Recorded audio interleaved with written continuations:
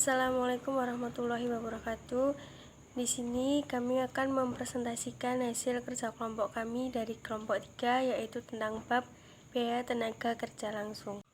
Kelompok 3 yang beranggotakan Duratun Nafiah dengan NIM 205211372, Amaliyah Dika Lutfiah dengan NIM 205211384, dan dengan saya Widya Yulianti dengan NIM 205211396. Materi yang pertama yaitu produktivitas tenaga kerja. Berikut penjelasan tentang produktivitas tenaga kerja. Produktivitas tenaga kerja merupakan ukuran kinerja aktivitas produksi yang menggunakan tenaga kerja sebagai tolak ukur dan pengukuran produktivitas melalui output fisik per jam tenaga kerja. Faktor penting dari penentu tingkat produktivitas tenaga kerja antara lain upah, gaji, dan tunjangan yang lain. Rumusnya yaitu rasio produktivitas sama dengan output dibagi input, sehingga proses produksi yang efisien akan menghasilkan tingkat produktivitas yang tinggi, sehingga perlu diperbaiki dan ditingkatkan secara berkelanjutan dengan cara teknologi, riset, investasi, serta pengembangan karyawan. Materi yang kedua yaitu definisi dan klasifikasi tenaga kerja. Tenaga kerja yang menggunakan atau membutuhkan karyawan agar bisa menghasilkan produk dan jasa tertentu. Biaya tenaga kerja merupakan gaji atau upah karena telah pergunakan dan memperkerjakan karyawan. Perbedaan gaji dan upah yaitu gaji adalah pembayaran secara teratur untuk keperluannya, sedangkan upah merupakan bayaran yang sesuai dengan berdasarkan jam, harian, atau bagian kerja. Fungsi produksi dalam perusahaan manufaktur menjadi tenaga kerja langsung dan tidak langsung. Kerja tidak langsung merupakan kerja yang identifikasikan langsung dalam produk. Sistem perhitungan biaya merupakan bagian dari biaya overhead pabrik. Dan upaya untuk pengendalian biaya dan pengukuran efisien pada sistem perhitungan biaya dalam pemesanan, yaitu sangat penting karena untuk memisahkan biaya tenaga kerja menjadi biaya langsung dan tidak langsung agar biaya pesanan bisa dikalkulasi secara akurat. Materi yang ketiga yaitu biaya tenaga kerja langsung. Biaya tenaga kerja langsung adalah biaya untuk tenaga kerja yang secara langsung turut membantu dalam menangani proses produksi, mulai dari pengolahan bahan baku hingga keluar menjadi barang jadi. Anggaran biaya tenaga kerja langsung merupakan anggaran yang merencanakan secara lebih rinci mengenai upah yang akan dibayarkan selama periode yang akan datang kepada para tenaga kerja langsung. Perkenalkan, nama saya Amaliyah Dika Lutfiah, nomor absen 20 dengan NIM 205211384. Di sini saya akan menyampaikan materi selanjutnya yaitu ciri-ciri biaya tenaga kerja langsung. Ciri-cirinya ada 3, yaitu yang pertama, besar kecilnya biaya berhubungan secara langsung dengan kegiatan produksi. Yang kedua, biaya yang dikeluarkan merupakan biaya variabel. Dan yang ketiga, kegiatan tenaga kerja langsung dihubungkan dengan produksi untuk penentuan harga pokok. Rumus dari biaya tenaga kerja langsung yaitu waktu kerja dikalikan dengan upah. Satuan hitung biaya tenaga kerja langsung berdasarkan buruh langsung dan biaya buruh langsung. Materi selanjutnya yaitu manfaat penyusunan anggaran tenaga kerja langsung. Yang pertama, penggunaan tenaga kerja menjadi lebih efisien karena rencana yang sudah matang. Yang kedua, pengeluaran biaya tenaga kerja menjadi lebih efisien karena sudah diatur. Yang ketiga, dapat menghitung harga pokok secara tepat. Dan yang keempat, dapat dipakai sebagai alat pengawasan. Materi selanjutnya yaitu komponen biaya tenaga kerja. Biaya tenaga kerja terdiri dari gaji atau upah pokok yang ditambah dengan sejumlah tunjangan. Tetapi, terdapat potongan-potongan dari gaji dan upah tersebut. Sistem penggajian dan pengupahan untuk perusahaan manufaktur membutuhkan pengukuran, pengendalian, serta analisis yang sistematis. Faktor-faktor yang harus diperhatikan dalam sistem penggajian dan pengupahan selain gaji dan upah pokok adalah program upah insentif dan premi lembur, termasuk potongan yang berhubungan dengan pekerja. Yang pertama ada gaji dan upah pokok.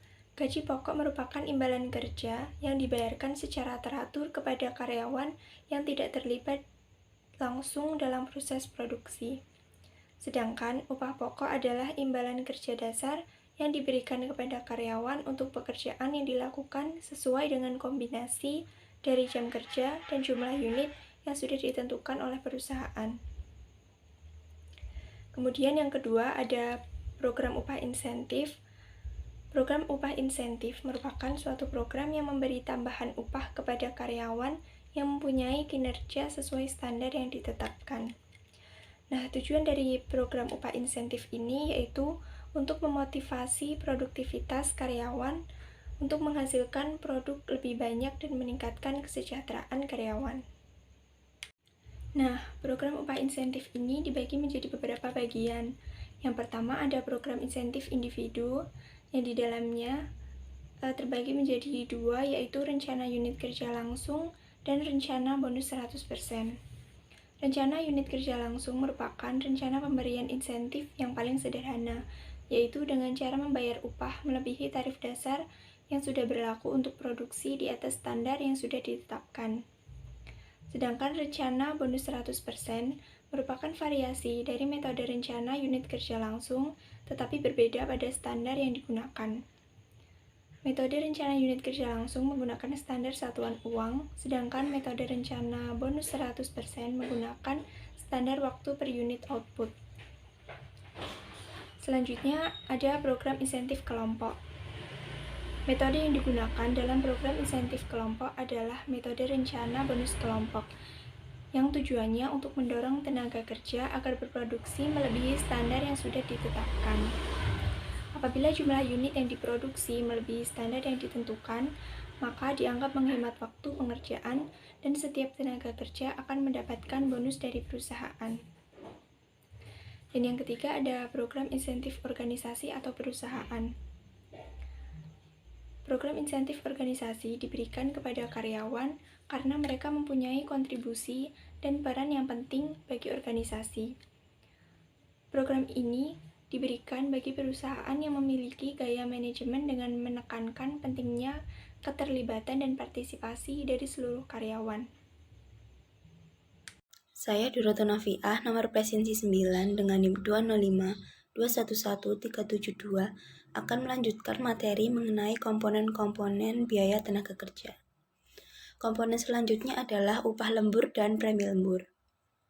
Untuk mencapai target produksi, kebijakan perusahaan adalah dengan memberikan kerja lembur kepada karyawan yang menyebabkan adanya penghasilan yang disebut upah lembur dan premi lembur. Yang dimaksud premi lembur sendiri adalah membayar karyawan yang bekerja lebih dari jam kerja normal dalam peraturan yang ada. Selanjutnya, program pensiun. Perusahaan secara finansial diwajibkan menyelenggarakan program pensiunan yang bertujuan untuk menjamin hari tua karyawan setelah tidak bekerja sebagai penghargaan atau balas jasa karena telah bekerja di perusahaan. Dana pensiun sendiri dikelola dari dana iuran pensiunan perusahaan, pensiunan peserta, hasil investasi, dan pengalihan dari dana pensiun lain. Kemudian komponen yang terakhir adalah pajak penghasilan karyawan, yang merupakan pajak yang harus dibayarkan oleh wajib pajak karena memperoleh atau menerima penghasilan. Karyawan sebagai wajib pajak memperoleh penghasilan wajib membayar pajak. Untuk meringankan beban karyawan, perusahaan membuat kebijakan yaitu menanggung seluruh pajak penghasilan karyawan. Materi selanjutnya adalah mengenai sistem akuntansi tenaga kerja. Sistem akuntansi tenaga kerja sendiri melibatkan banyak departemen fungsional, antara lain yang pertama, departemen personalia. Fungsi utamanya yaitu menyediakan tenaga kerja yang memenuhi kualifikasi yang diminta dari departemen lain sesuai dengan peraturan yang ada di perusahaan. Beberapa ruang lingkup fungsi departemen personalia secara luas yaitu yang pertama, perekrutan, meliputi pencarian, seleksi, dan penempatan. Yang kedua, pendidikan dan pelatihan. Yang ketiga, promosi, mutasi, dan demosi. Yang keempat, kesehatan dan keamanan kerja. Yang kelima, rekreasi. Yang keenam, studi gerak dan waktu. Yang ketujuh, hubungan industrial dan perburuhan. Yang kedelapan, pemberhentian dan pemutusan hubungan kerja. Selanjutnya yang nomor 2 adalah Departemen Perencanaan Produksi, yang fungsi utamanya ialah menyusun jadwal produksi dan mengeluarkan perintah kepada Departemen Produksi untuk melakukan produksi sesuai dengan jadwal yang telah ditetapkan. Departemen yang ketiga adalah Departemen Pencatatan Waktu, yang tugas utamanya adalah mencatat waktu kerja seluruh karyawan di perusahaan. Pencatatan waktu kerja yang akurat dapat dengan menggunakan yang pertama, kartu absensi atau clock card yang digunakan sebagai alat untuk mencatat waktu kerja karyawan mulai waktu masuk sampai waktu pulang. Yang kedua, kartu jam kerja atau job time ticket yang berfungsi sebagai alat pencatat pemakaian waktu hadir karyawan Departemen Produksi, juga digunakan dalam mengerjakan berbagai pekerjaan atau produk. Yang keempat adalah Departemen Penggajian, yang fungsi utamanya adalah menghitung, menyiapkan, dan mendistribusikan gaji dan upah seluruh karyawan di perusahaan. Dan departemen terakhir adalah Departemen Akuntansi Biaya, yang berfungsi dalam melakukan pencatatan biaya gaji dan upah karyawan. Sekian penyampaian materi dari kelompok kami. Apabila ada kesalahan, kami mohon maaf. Wassalamualaikum warahmatullahi wabarakatuh.